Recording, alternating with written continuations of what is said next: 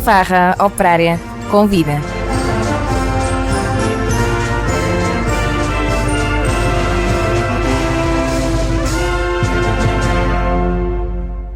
Boa tarde a todos, bem-vindos a mais um programa Fanfarra Operária Convida, aqui no Rádio Clube, a voz da Ilha Terceira. Temos hoje nesta edição o nosso convidado especial César Cardoso. Aqui como apresentadores estou cá eu, Paulo Almeida, o Álvaro Machado, no apoio o João Gomes e o André Vieira. César Cardoso, filho da Gualva, flautista, maestro. Diz-me uma coisa, meu amigo, antes de mais, muito obrigado por estares aqui connosco. Como é que surgiu a música na tua vida?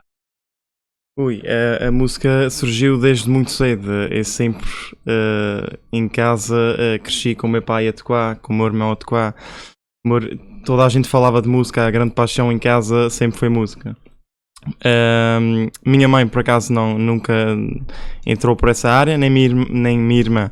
Ainda tentou, mas não. Os fortes foram mesmo meu pai e meu irmão, mas foi em grande peso, sempre a falar de música em casa, sempre. Então nem sequer foi algo que tivesse assim muita opção. Pois não, meteram-me também logo, desde cedo falaram em conservatório e em filarmónica. Primeiro ingressei na filarmónica, logo aos 8 anos. E não tive, sim, né? Como está a dizer, não tive assim grande opção. Te perguntaram se querias tocar, foi mais o que é que queres tocar? É mais por aí. E ao início não ficaram muito contentes com a minha opção de ser a flauta, não é aquele instrumento.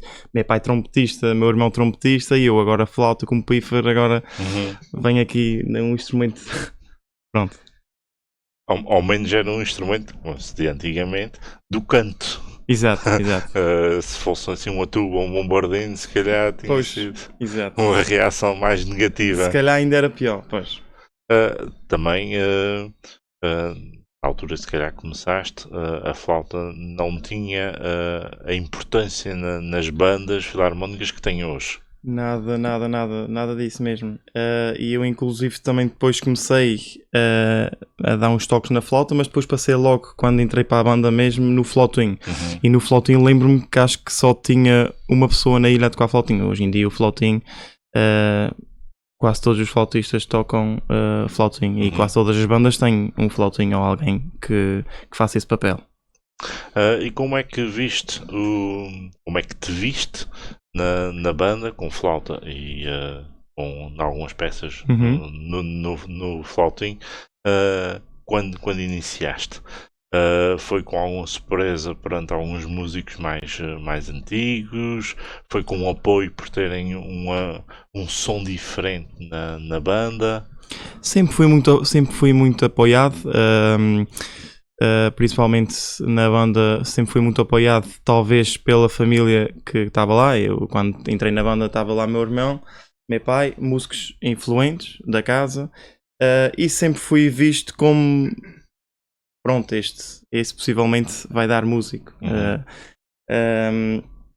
Se calhar não dei tanto como eles deram, não é? Mas sempre dei qualquer coisa e pronto, sempre fui muito apoiado, sempre os mais velhos e tudo mais. E sentias algum peso de responsabilidade? Sim, meu irmão era uma pessoa bastante dura comigo. Mesmo no início deram-me lá um solo para fazer. Tinha cerca de um ano de banda, um solo no flautim que eu mostrei a ele, que eu tinha falado com o maestro, na altura o Helder, o Helder, sim. Ele deu-me o solo só em conversa comigo. Eu cheguei a casa, mostrei todo contente a meu irmão e ele disse: mas tu, como é que vais tocar esse solo? Tens que estudar muito para tocar esse solo. Eu lembro-me que foi tardes e tardes. Eu fui para o sótão da minha casa e enquanto aquele sol não saiu, eu fui sempre a estudar. E lá no ensaio correu bem, ele ficou um bocado admirado. E a partir daí foi sempre a desenvolver. Fazes o teu percurso, entras na escola de música da banda, depois segues para o conservatório e mais tarde para a Universidade de Évora, correto? Sim. Essas transições foram naturais, foram as óbvias, ou houve ali no teu crescimento musical algum momento em que pensaste, bem, se calhar não é este o caminho que eu quero bem?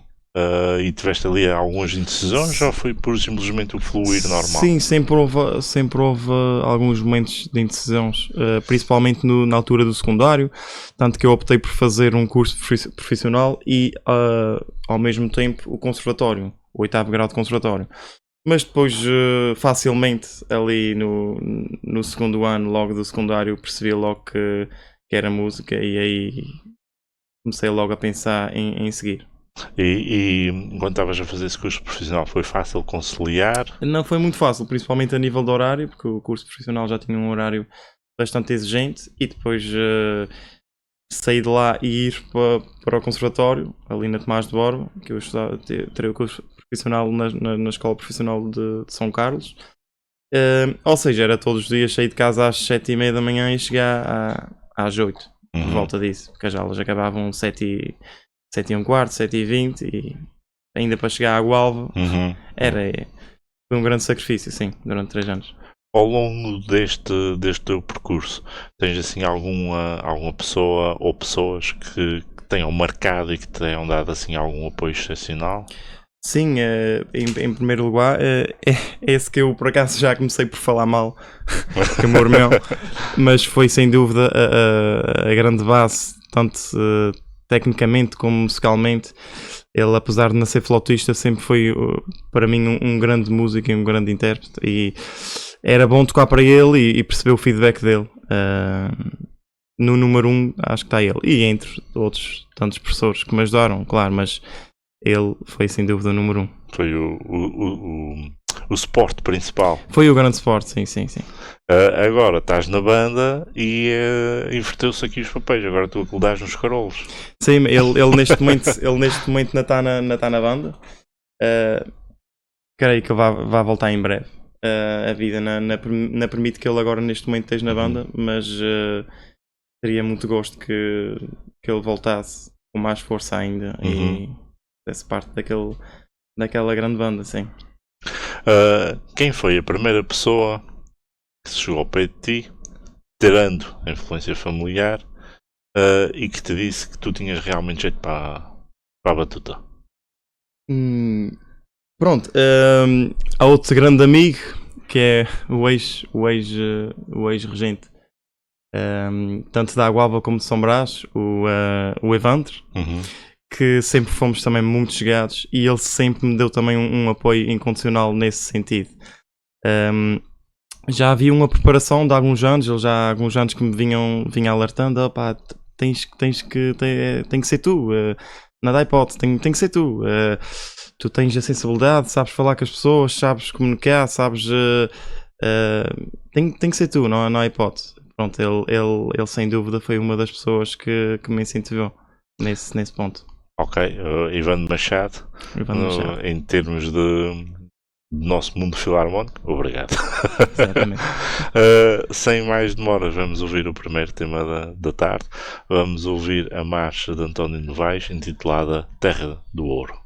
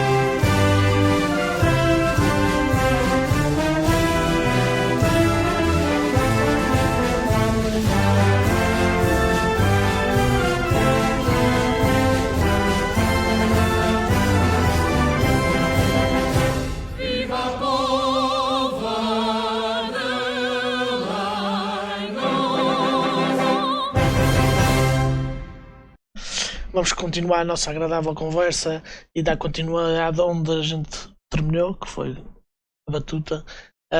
Recentemente, não há muito tempo, primeiro na Algoava e depois São Brás, não foi, talvez espaçado com poucos meses, mas não foi ao mesmo tempo. Mas neste momento são as duas ao mesmo tempo. Como é que é gerir duas bandas do Conselho da Praia? Ainda bem que é ali pertinho, mas como é que é gerir duas bandas às vezes com tanto pouco tempo livre? Pronto, não é a tarefa mais fácil, mas acima de tudo eu faço esse trabalho com muito gosto e muita amizade por todos os músicos que tenho à minha frente e principalmente muita sensibilidade, procuro ter muita sensibilidade. Não é fácil gerir o tempo, não, principalmente com outro trabalho, também dou aulas no conservatório, na FOC, mas faz-se, com muito gosto faz-se. Deste aqui o mote que o Evandro para a Algoava é que te incentivou e levou a que chegasses a maestro da Algoava, mas em São Brás como é que surge o convite? Em São Brás houve uma altura que fui substituir o Evandro numa série de ensaios que ele não estava presente aqui na ilha e foi ele o próprio a convidar-me para ir lá dar um ensaios e a banda, pronto, gostou do meu trabalho e desta forma também surgiu assim essa passagem. Foi fácil então? Foi, ainda foi propriamente difícil. Uma surpresa assim muito grande. Aspectos positivos que tenhas a destacar desde tão pouco tempo que estás nas duas bandas? Tenho ganho muita paciência a lidar, às vezes não é fácil lidar com pessoas, lidar com feitios, mas acima de tudo também tenho a noção que apesar de músicos amadores, tenho evoluído muito com eles, ou seja, musicalmente também tenho evoluído, principalmente na questão da regência, da direção, o que me tem obrigado também a fazer cursos de direção e tudo mais para entrar melhor nesse mundo e dar o melhor que eu consigo dar às duas bandas. E quais são os teus principais desafios que te propões a ti próprio para que isto vá para a frente? Pronto, acima de tudo é que a banda não entra não fico conformada com aquilo que já consegue fazer ou que já tem nas suas bases ou na possibilidade de fazer, mas acima de tudo que esteja sempre com interesse em fazer novos projetos, interpretar obras mais difíceis, complexas a nível musical, e que às vezes essas bandas não estão tão preparadas a isso, mas acho que é super importante dar esse salto e é um dos desafios, é fazê-los perceber que a música não é só isso, mas é também isso e aquilo, e consegui-los explicar não só notas certas nem ritmos certos, mas a musicalidade que está, as imagens que pode haver por trás de uma música, a história, principalmente parte por aí. E é difícil às vezes explicar, eu às vezes estou a contar uma história sobre a peça ou assim e eles ficam a olhar para mim, mas é um grande desafio, mas acho que aos poucos eles entendem e é bom, sabe bem. Mantê-los sempre fora da zona de conforto. Sim, sem dúvida. Para que evoluam cada vez mais. Uhum. Duas bandas se calhar distintas, com personalidades se calhar diferentes. Como é que te adaptas a estes dois meios?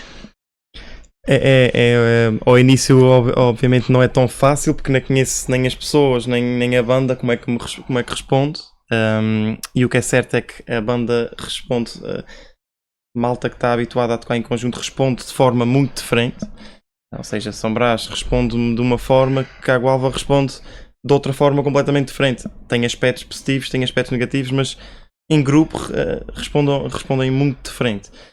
Pronto, no início não é tão fácil porque não os conheço como nem banda nem como músico, mas depois com o passar do tempo é saber adaptar e saber conjugar. Em tão pouco tempo de regência, não sei se corrijo-me se eu estiver enganado, mas se calhar um dos primeiros serviços que tiveste pelo menos com o Alva, foi a praça nas festas da praia. Se não foi o primeiro, foi dos primeiros. Como é que te sentiste? Bem, confiante. Estava bem. Tinha a banda muito bem preparada. Fizemos uma boa praça. O feedback também foi muito bom. Sempre ali com alguma pressão, não é? Sempre com... não houve falhas assim propriamente ditas, mas houve alguns aspectos a melhorar, o que é normal. E foi muito gratificante, principalmente porque o Ivan também estava lá a tocar na praça, à minha frente. Mas sim, senti-me bem, senti-me confiante. E sentes que foi o teu ponto alto ou já tiveste outros pontos altos? Não, por agora sim, foi o ponto alto. Mas à partida virá mais ponto altos. E em São Brás, tens objetivos para São Brás diferentes daquilo que eles anteriormente tinham em mente? São Brás é uma banda com menos músicos. E como eu também estou na formação das duas bandas, estou a dar escolinhas em ambas as bandas. O meu objetivo em São Brás principalmente é apostar muito na formação para que depois a gente consiga agora um grupo maior para evoluir e para fazer projetos diferentes daquilo que eles estão habituados a fazer. E sentes que isto está a correr bem? Sim, bastante bem. Aliás, um dos trabalhos em relação às bandas que também me está a dar muito gozo é a questão de trabalhar com a formação, com as escolinhas, porque está a resultar bastante bem. E isso faz-me crer que também estou a trabalhar com as pessoas certas e nos sítios certos, e isso é bom. Isso leva-me à próxima pergunta. Para além do apoio familiar, já destacaste várias vezes, das direções e do público das freguesias em geral, sentes o apoio e o carinho? Sim. Sinto. Pronto, a Filarmónica da Água sempre foi a minha casa. É normal que a malta tenha outra relação comigo, não é? Não me tratam mal, obviamente, tratam-me super bem. Mas pronto, é como se já fosse da casa. É diferente de São Brás. São Brás tem sempre aquele respeito diferente do que, neste caso, a Água. Respeito não é respeito a palavra propriamente dita, mas acho que dá para entender.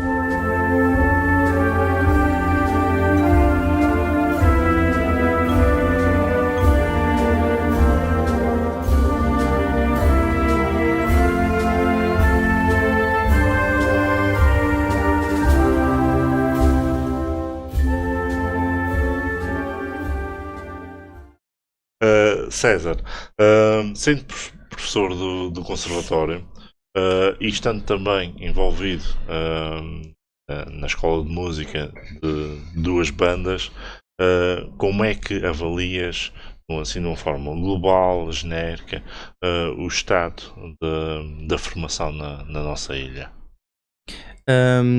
Bastante bem, bastante bem.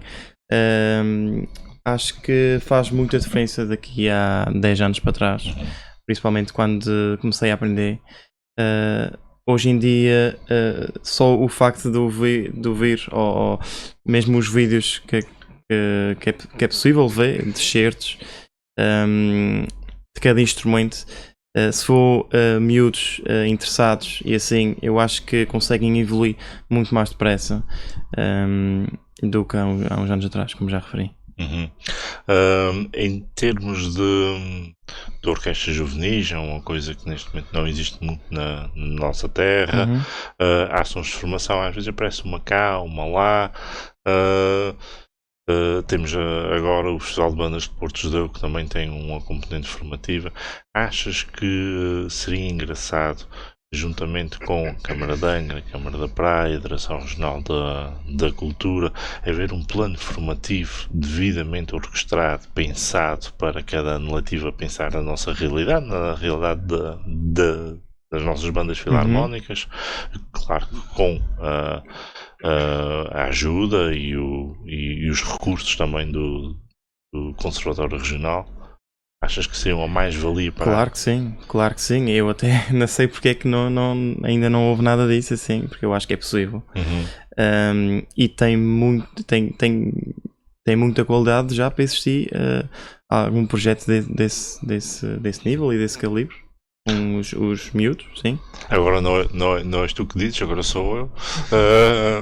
Se calhar com uma ligeiríssima diminuição dos 850 mil euros que são atribuídos à agenda cultural do Teatro Miquelense, nós conseguimos fazer projetos individualizados por ilha de formação para as nossas bandas filarmónicas e com muito mais impacto no futuro, mas isso agora fui eu que disse. Exato. Fica só aqui entre a gente. Exatamente. Estou aqui. Em termos de escolas de música de bandas, neste momento mudavas alguma coisa? Assim de uma forma geral? Não, acho que a forma de... Pronto, acho que a forma como eu estou a dar as aulas tem de ser o mais prático possível e não... Eu aprendi com imensos meses de solfejo e depois a minha turma metade desistiu por razões óbvias. Acho que há imensas formas hoje em dia de ensinar a leitura musical sem ser propriamente tantos meses assim de solfejo. Há jogos a fazer com eles. Eu costumo fazer um jogo que é na pauta desenhar várias linhas com notas musicais escritas, só as notas, como se fossem semi-breves, e quem consegue dizer as notas Dó, Ré, Mi, Fá, Sol, Lá, Si, Dó mais rápido possível, e depois faço competições, quem consegue fazer mais tempo em menos tempo, e depois também faço detalhes rítmicos e faço muito esses dois mundos, e ao fim e ao cabo isso acaba por ser a parte do solfejo, porque tem o ritmo e tem a altura das notas. Não desvalorizando a parte do solfejo, obviamente, que acho que é fundamental, mas só solfejo, por exemplo, acho que torna-se desmotivante e torna-se cansativo para miúdos que nunca ouviram falar daquilo, e é um bocadinho maçador. E depois uma parte, pelo menos dos manuais antigos de solfejo, acaba por ser um bocado mais memorização do que propriamente perceber o que é que estava lá. Tal e qual, sim. É isso. E depois, exatamente, parte por aí, depois ouvem alguém com mais capacidade a fazer e vão decorando aquilo que ele está a fazer e não propriamente aquilo que estão a ler no papel.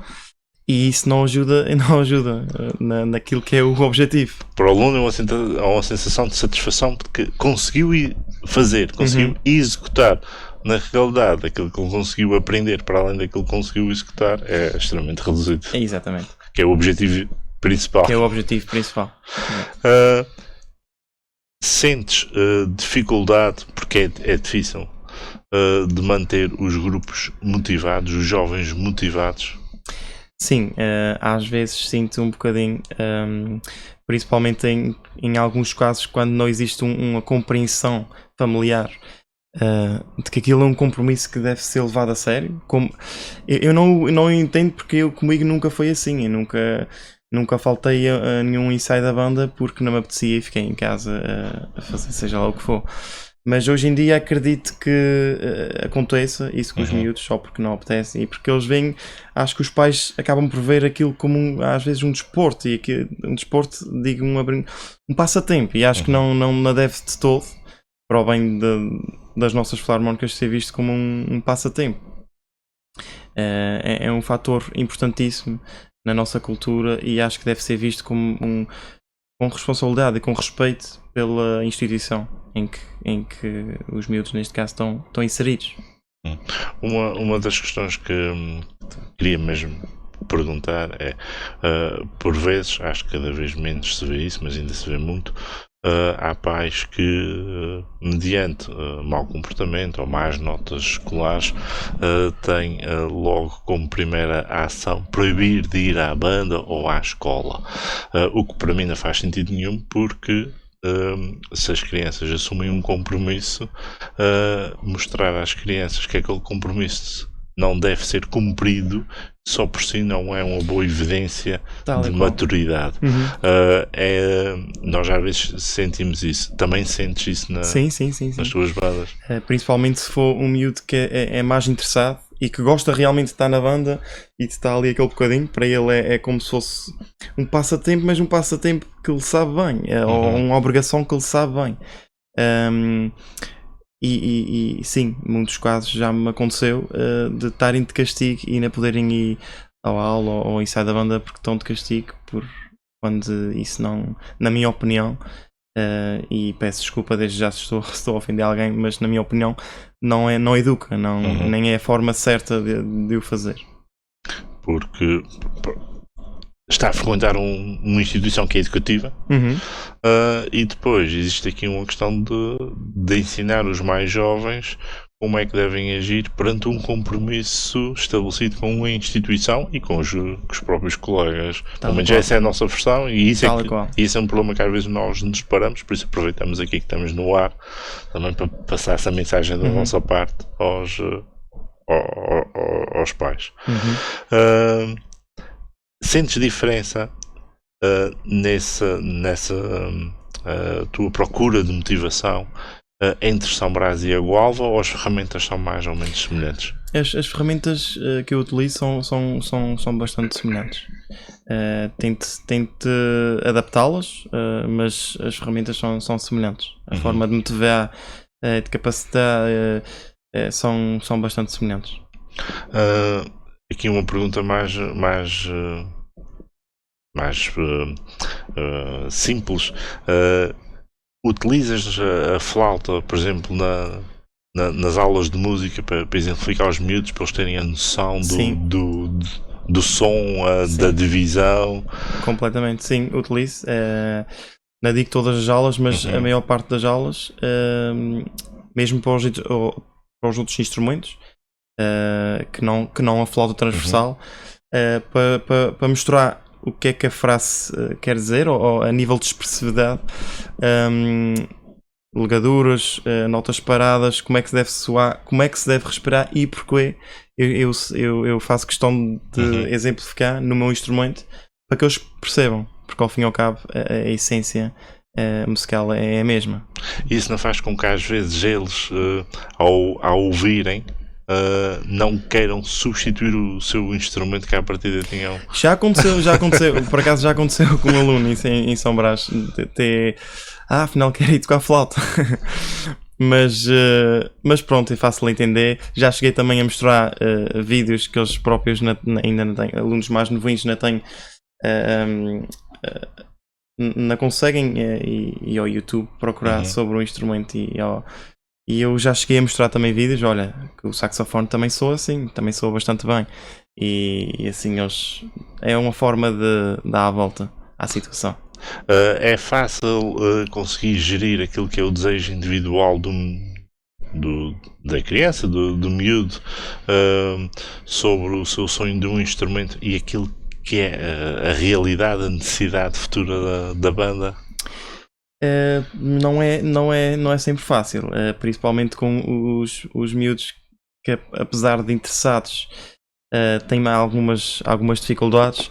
Eles ficam assim um bocadinho frustrados quando não conseguem fazer bem as coisas, ou quando o som, principalmente como estamos a falar de instrumentos de sopro, na maior parte dos quadros, o som um som bonito é meio caminho andado para as coisas evoluírem bem. Um som limpo, e como às vezes não é tão fácil, pronto, isso acaba por dificultar aqui um bocadinho a situação.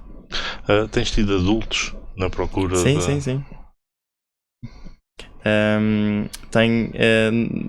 Sim. Tenho, agora vou ter um aluno em São Brás, que inclusive é a mulher de um dos músicos, que está super motivado, e ela vai com o miúdo aprender ao mesmo tempo que o filho, para a banda. Isso é a cereja no topo de bolo. Completamente. É gratificante por um lado, porque quem está na banda creio eu que passa a mensagem em casa que está a correr bem e que é um ambiente bom, e acima de tudo estão lá a divertir-se e estão num bom ambiente a poder fazer uma coisa que eles gostam, que é música em conjunto, que senão acho que ninguém estava lá. E é bom porque eu acho que essa mensagem acaba por chegar a casa e pronto, é gratificante. E assim, em vez de sair o músico da banda para ficar no contexto familiar, chega ao contexto familiar à banda. Exatamente. Para mim é incrível, para mim sempre foi muito assim. E mesmo quando não tocava, eu ia assistir aos ensaios do meu pai e do meu irmão, e ficava lá com todo gosto. Às vezes até me sentava lá ao pé deles e sempre foi assim. E para mim é incrível. A conversa está agradável, mas temos de fazer aqui uma pequena pausa para um trecho musical. Vamos ouvir uma marcha de concerto de Álvaro Reis intitulada Jardim da Graça.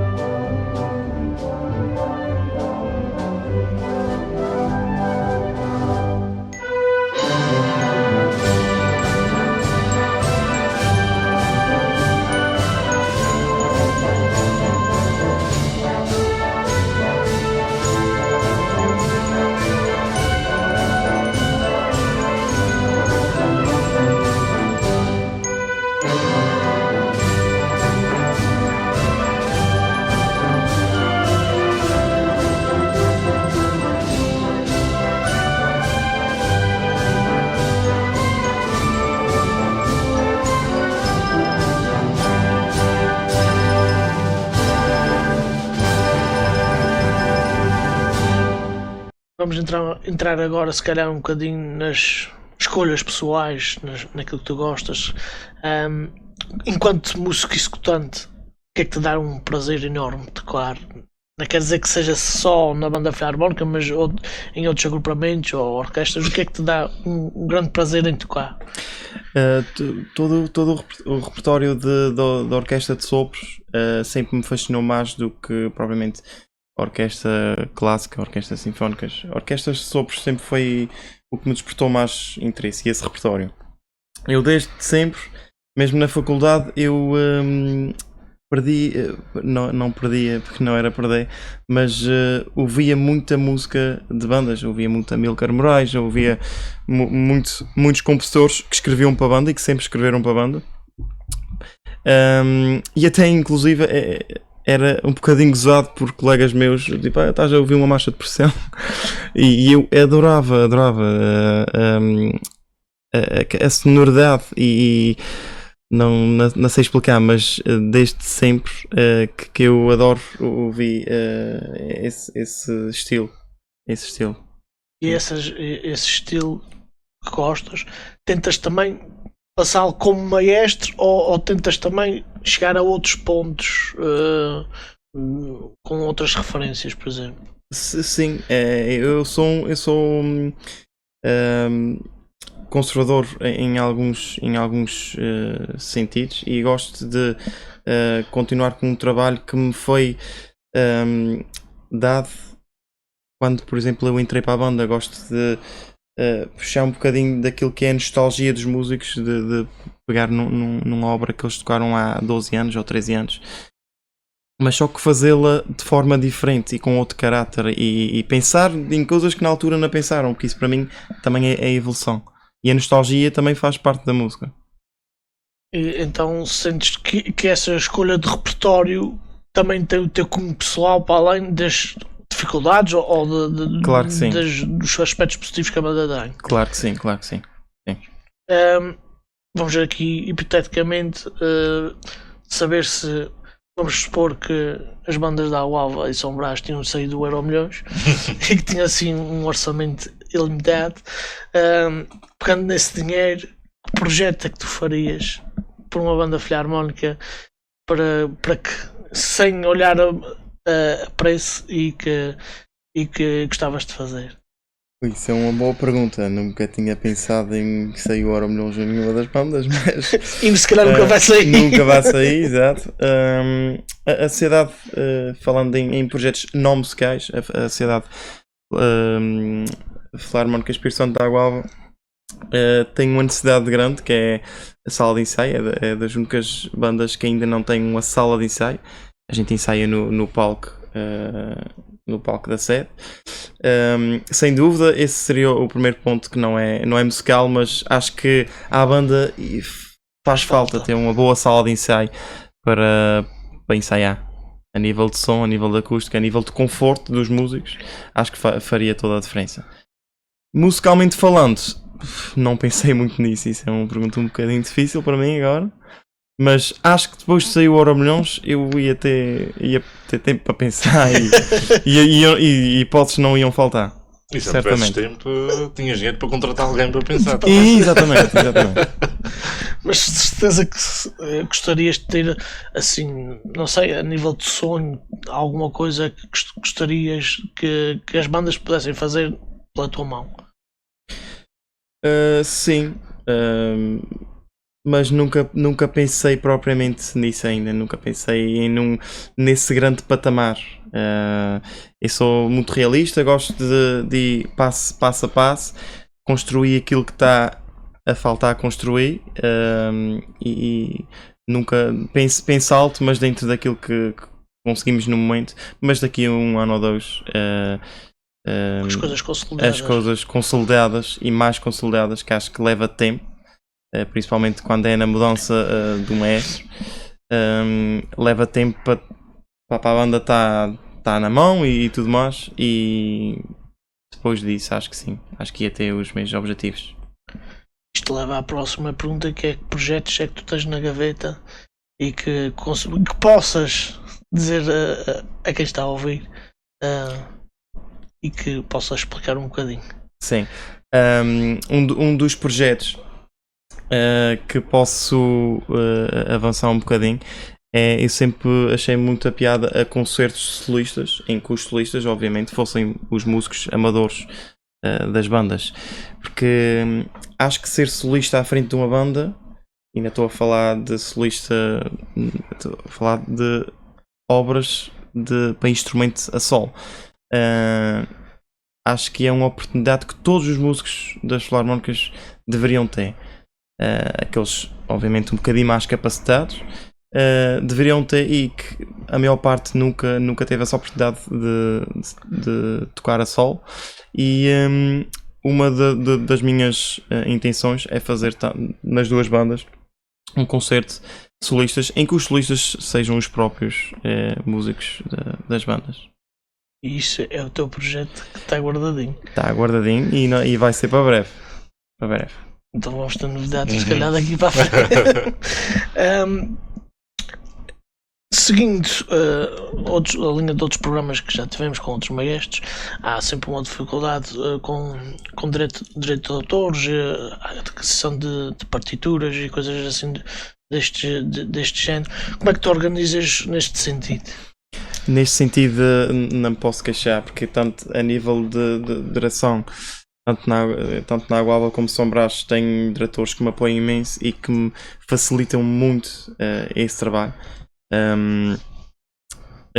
Trabalho que, na minha opinião, é do cargo deles, está certo, mas podia não acontecer, que acredito que noutras bandas os maestros sofram um bocadinho de ter a casa às costas, nesse sentido, e terem que tratar tudo sozinhos. Não sei se foi bem essa pergunta que fez. Sim. Mas no meu caso está bastante facilitado e ajudam-me imenso em todas essas tarefas. Tens alguma peça em especial que gostasses um dia de executar nas tuas bandas e que neste momento ainda não tiveste privilégio de executar? Não, eu ainda nunca pensei nesse ponto de vista, porque lá está, eu gosto muito daquilo que é o tradicional, daquilo que é a simplicidade. Eu acho que a simplicidade também está naquilo que a beleza também está naquilo que é simples, e está na simplicidade. E sempre o meu objetivo é que a gente toque coisas simples, não que um dia a gente não toque obras mais complexas, mas que repertório mais simples, mas que toque bem. Mas que toque bem aquilo, com o caráter, com a afinação o melhor dentro dos possíveis, mas que toque aquilo bastante bem e com conforto. Tu transpiras música, tu vives música, e nunca pensaste, se calhar, também enverdar um bocadinho e, usando os teus gostos musicais também pela composição, ou nessa via nunca arriscaste nada, ou tens também alguma coisa já pensada? A nível da composição, sim, já fiz. Gosto muito de chamo brincar, porque lá está, não sou compositor, mas acho que cada vez mais não precisa ser compositor para alguém que seja criativo e ir para a frente do computador e escreva algo que queira, porque eu acho que acima de tudo tem que ser músico, tem que transpirar isso de si, como estava a dizer. Já fiz várias marchas populares, nunca fiz nenhuma peça para concerto, mas quem sabe um dia. Mas já tinhas pensado nisso? Sim, já tinha pensado nisso. Então, se calhar, a gente daqui eventualmente vamos ouvir qualquer coisa, se calhar no YouTube ou no editor. Ou no Rádio Clube. Ou no Rádio Clube, mas isso então é sempre. Se não falha, assim que sai qualquer coisa, a gente tem que estar em cima do acontecimento. Estamos a chegar ao fim do programa. Que conselho é que dás aos teus colegas maestros, aos teus amigos, e uma palavra para os teus músicos da Alva e São Brás? Fica aqui a via aberta para podermos fechar o programa. Acima de tudo, quero agradecer aos que vão ouvir este programa, os meus músicos, que eu gosto imenso deles todos, e que quero agradecer mesmo do fundo do coração por toda a paciência que às vezes tenho que ter. E quero que eles saibam e que percebam que eu com eles também aprendo muito, e não é só eles comigo. Em relação aos colegas, que sejam sempre humanos e que se lembram que acima de tudo, acima de todos os pontos positivos que podemos ter musicalmente, acima de tudo, somos pessoas, e que é muito bom a gente estar naquele cargo e ter a paciência e saber conseguir levar as pessoas, e acho que é de mérito, é de mérito. Com esta dedicatória, vamos encerrar o programa com um passo doble intitulado Cielo Andaluz, de Pascoal Narro, e a todos uma feliz e santa Páscoa.